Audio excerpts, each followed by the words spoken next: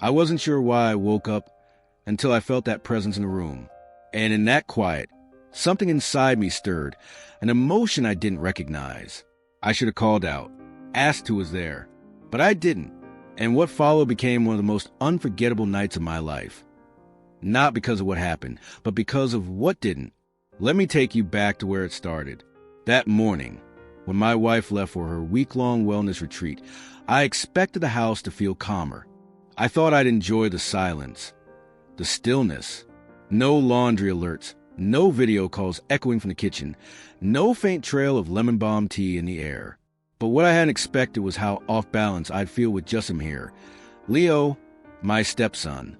He had arrived from college just a few days earlier, tossing his duffel bag down like an 18-year-old who still lived in his own world. But he wasn't the same boy I remembered. Taller, sharper. Something in his voice had changed, more measured, more deliberate. He hadn't visited last Christmas, and in that time, he had grown into someone else. Not a child, not quite a man I knew. It was over dinner that first night that I noticed it most.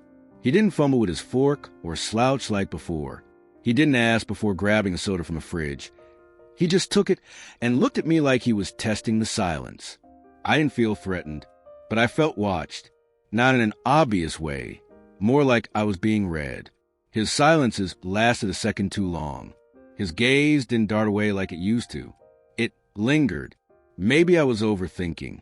I'd done that before, especially when the house got too quiet. The next few days fell into quiet rhythms. Leo would sit shirtless on the patio with a thick novel in his hands, soaking up the sun like it belonged to him. I kept myself busy, garage work, the garden, some quiet grilling in the evening.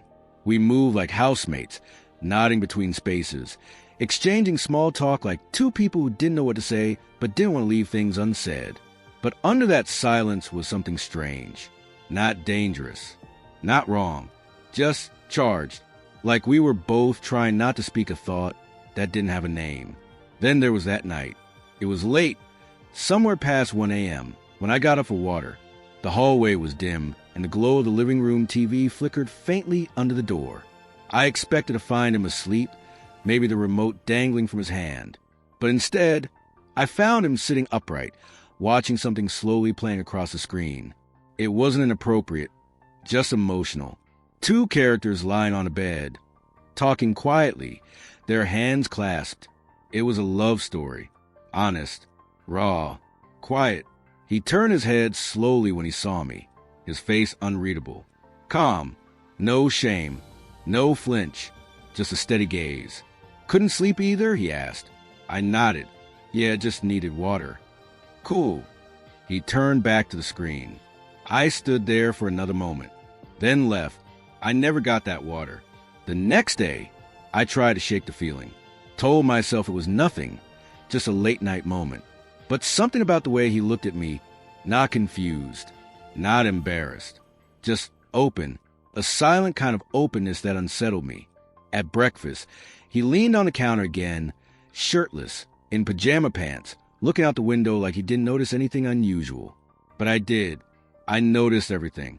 And neither of us mentioned the night before. It hung there, invisible, but real. Later, while I worked in the garage, my mind wandered. I wondered if I was just lonely, if the quiet was making me fill in blanks that weren't there.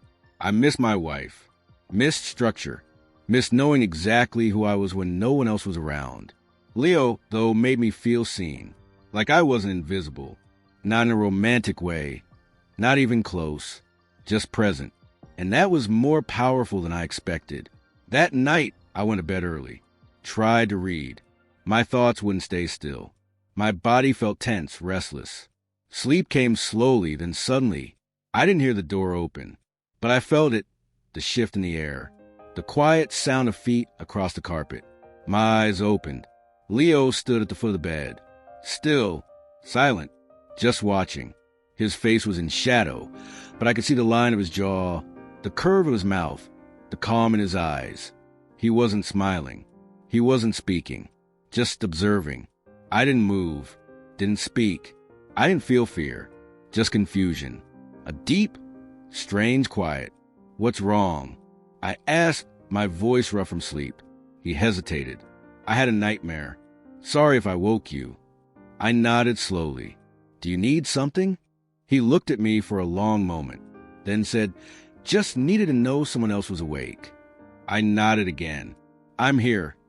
And with that, he turned and walked back out, the door clicking shut behind him.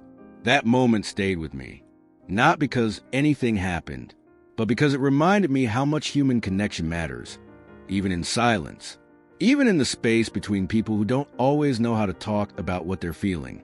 In the days that followed, we spoke more about books, about music, about loneliness. We never brought up that night, but we didn't need to, because sometimes the most powerful moments are the quietest ones, the ones that remind us we're not alone. So tell me, what would you have done in my place? Would you have pushed it all away? Or leaned into the mystery and found something real beneath the silence? The air felt thick with confusion. And something else I didn't want to name. For a moment, the world narrowed to just the two of us. No wife, no expectations, no roles. Just a man who had lived too long in silence, and a boy who no longer fit the version of him I remembered. Then Leo turned and walked out of the room just as quietly as he'd entered. And I didn't sleep after that. That was the start of this strange, tangled journey. I never brought it up. Whatever that moment was, him standing there in the dark, watching, I buried it before it could form into words. The next morning, he was in the kitchen like nothing had happened. He was making pancakes, humming a tune, shirtless again in those familiar low-hanging joggers. His back moved with each motion, muscles flexing beneath skin that glowed under morning light. I sat at the table, pretended to check email, but my eyes kept drifting upward. I couldn't help it. Coffee, he asked casually. I nodded. Thanks. He poured 2 mugs and brought mine over, leaning in closer than he needed to. His arm brushed my shoulder, and for a second I caught the scent of citrus, soap, and something warm. Something I didn't want to name. Sleep okay? He asked, his voice neutral. I cleared my throat. Yeah, like a baby. He smiled, but it didn't reach his eyes. There was something different behind them now. Something unreadable. Or maybe I was just unraveling. And from there, things didn't exactly settle. If anything, they shifted. Later that day, I walked past the bathroom and noticed the door slightly open. Steam spilled out into the hallway.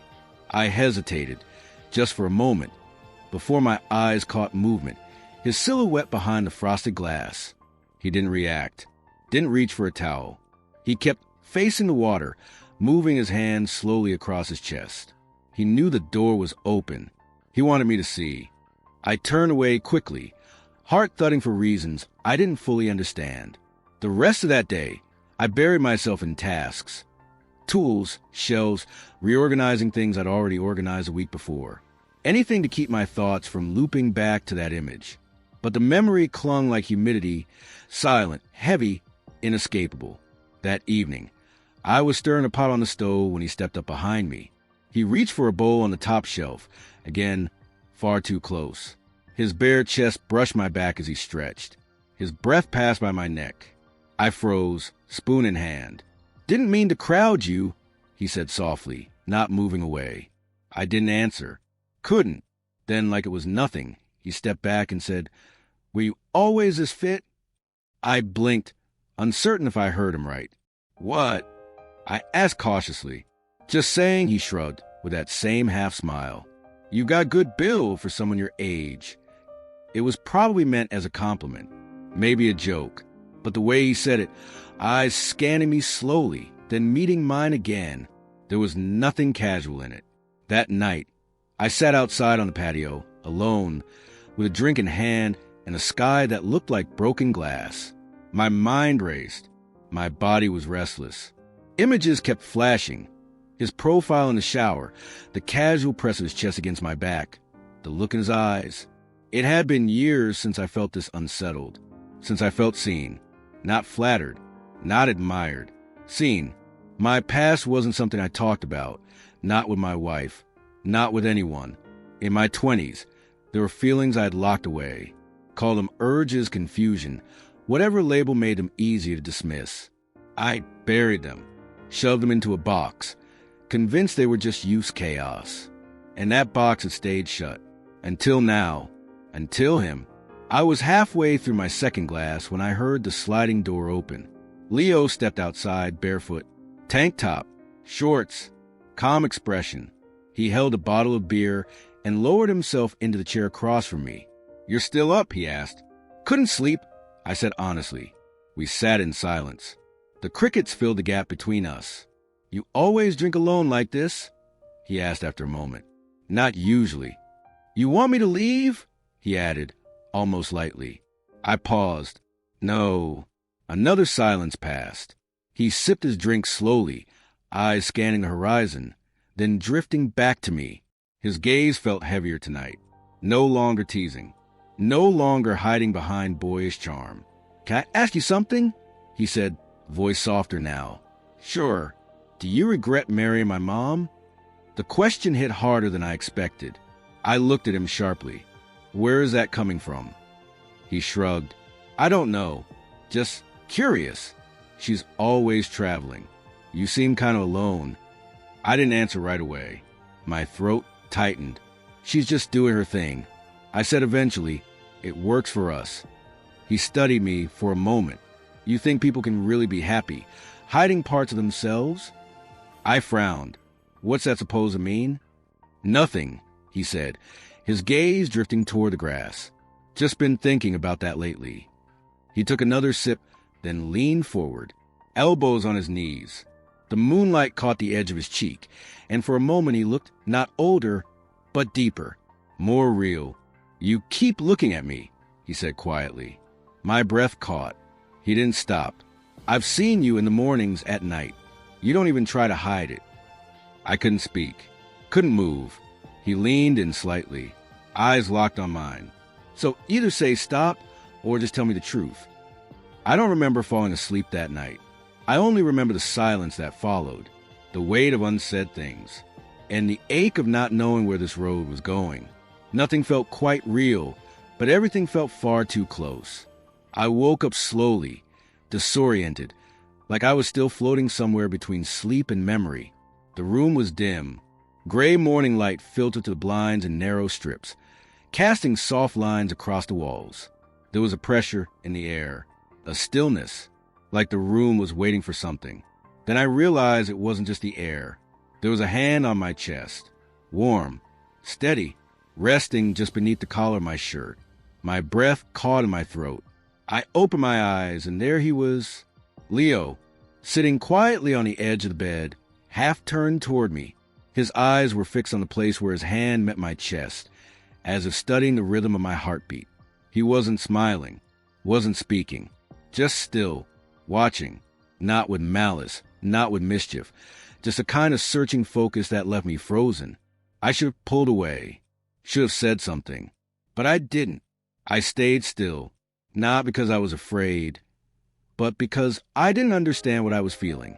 His hand paused, then gently moved again, as if checking that I was real. We stayed like that for a while, quiet, breathing, just two people caught in a silence that neither of us knew how to break. Then he stood, quietly. He pulled his hand back and walked out of the room.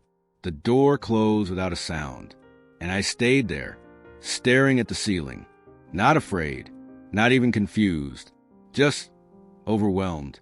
His touch had lingered like static on my skin, not intimate, but intentional, not inappropriate, but intense, and I couldn't stop thinking about it. I told myself again and again that it was nothing, that he didn't mean anything by it, that I was imagining weight where there was none. But when I got up and looked in the mirror, I saw a man who looked tired, hollowed, and worst of all, curious. The day moved slowly after that. I tried to carry on, coffee, emails, cleaning, but everything felt louder now. The quiet in the house had gained a sharpness. I avoided him, not out of guilt, out of caution, because I didn't know what I'd say if he asked me what I was thinking. But Leo seemed calmer than ever. He hummed while cooking eggs, moved barefoot through the hallway like he belonged to the space. He looked at me sometimes with his half-smile, like there was a joke only he understood, and I hated how that look stirred something in me. Not attraction, but awareness that I was being noticed, seen. Around noon, he asked if I wanted to go for a swim. I said I had work. He nodded, unbothered, and walked out the pool alone, towel tossed over his shoulder. I caught a glimpse of him through the window, waist deep in water, eyes closed, face tilted up toward the sun. The sight was peaceful, but it made something tighten in my chest. Not desire, just the weight of being unsure what my role was anymore. I didn't eat much that day, not because I wasn't hungry, but because what I craved wasn't food. It was clarity. By evening, the pressure had built up again, like a dam in my chest about to burst. I opened a bottle of wine, telling myself it might help me sleep. It didn't. I was rinsing my glass at the sink when I heard him behind me. I hadn't heard his footsteps in the hall, just a quiet shift in air. When I turned, he was there, still damp from the shower, towel draped over his shoulder, tank top, sweats, bare feet. He didn't speak, and neither did I. I turned back to the sink, focusing on the rhythm of water on glass. He stepped closer, reaching for a clean cup from the shelf above the stove. His arm brushed mine. I flinched just slightly, not from fear, but because I felt so aware of the moment. "Is that wine?" he asked, reaching toward the bottle. "Yeah," I replied. "Mind if I?" I handed him the bottle before he finished the sentence. Our fingers touched. He held the contact for a second longer than he needed to. Not flirtation, not challenge, just stillness. He poured himself a glass, then leaned back against the counter beside me, sipped in silence. The tension crackled, like static in a room too quiet for comfort. Then something simple happened. I turned to place the cork back on the counter, and his elbow accidentally bumped my hand. The bottle slipped. We both reached. Our hands collided. Palms touched. Fingers tangled. A jolt of instinct. Grabbing, steadying, stopping the bottle from falling. And then we froze. Still touching. Still too close. I looked up, and he was already watching me. There was no mischief in his eyes, only clarity. Then he leaned in. No words, just action, a soft gesture. He kissed me, but not the way I feared. It wasn't invasive, wasn't romantic. It felt more like a question, a gentle, human moment of someone reaching for connection when they didn't know how to ask for it. And for a second, just 1 second, I didn't pull away, not because I wanted it, but because I understood it. Then my mind caught up. I stepped back quickly. The bottle still in my hand. The silence deepened. Leo didn't flinch, didn't gloat, just looked at me calmly.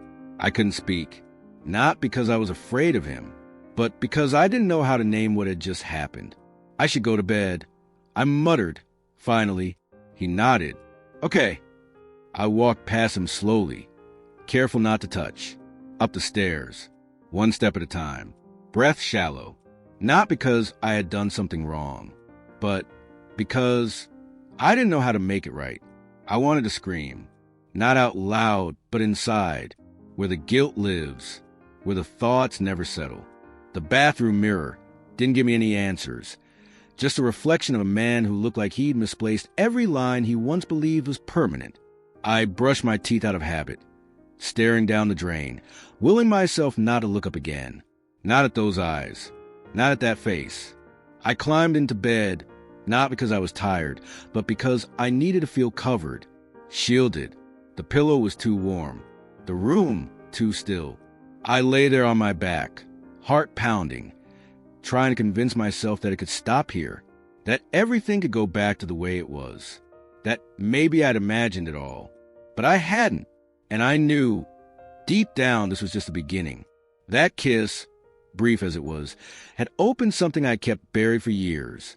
Old memories, hidden longings, truths I had convinced myself were just youthful mistakes.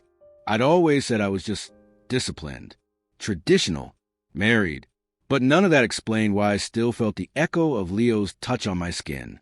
None of that explained why the shape of his mouth against mine wouldn't fade from memory. I closed my eyes, tried to sleep, but my body wouldn't settle. It burned, quietly. Then I heard it, soft, Barely there. A click. The subtle shift of wood and brass. The bedroom door. I stayed still. Told myself it was a wind. Or maybe I hadn't closed it right earlier. But then came the footsteps. Soft. Bare. One. Then another. Then nothing. I didn't move. Didn't open my eyes. If I stayed still enough, maybe it would all pass. Maybe the pressure against the edge of the bed was imagined. Maybe the weight in the air would lift. And then quietly, his voice, just a breath behind my ear. You didn't tell me to stop. My eyes opened before I could stop myself. I turned slowly, and there he was.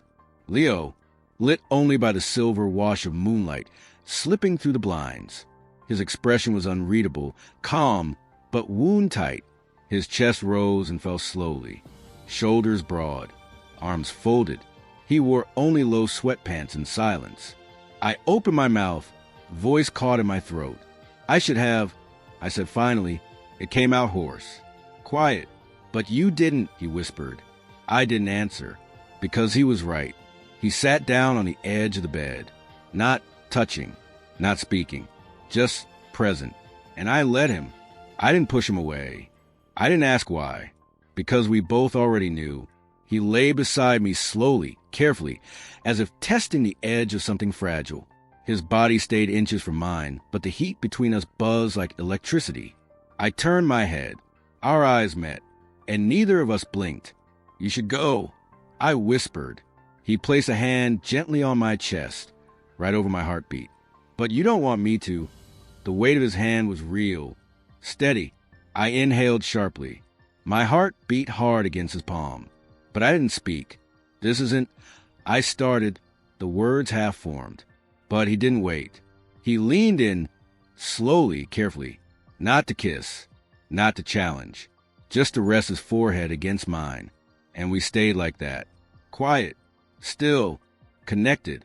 There was nothing seductive in it, just warmth, humanity, something real, something I had avoided naming for years. My hand stayed at my sides. I didn't reach. I didn't resist. I just breathed, and he breathed with me.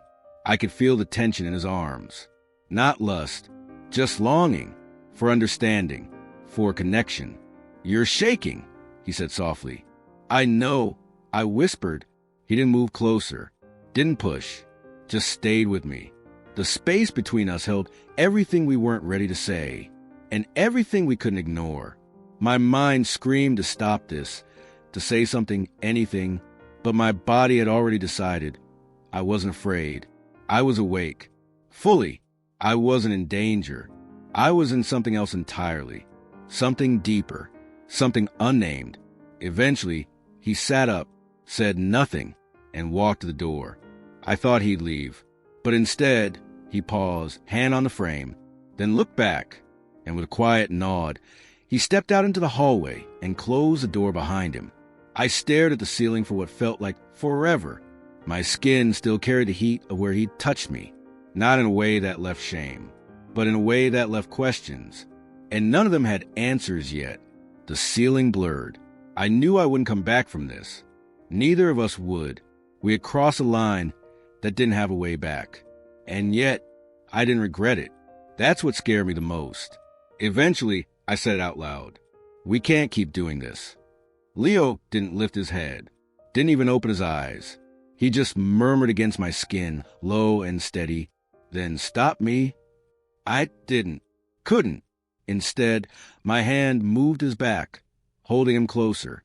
He fell asleep like that, soft breath against my chest, unashamed.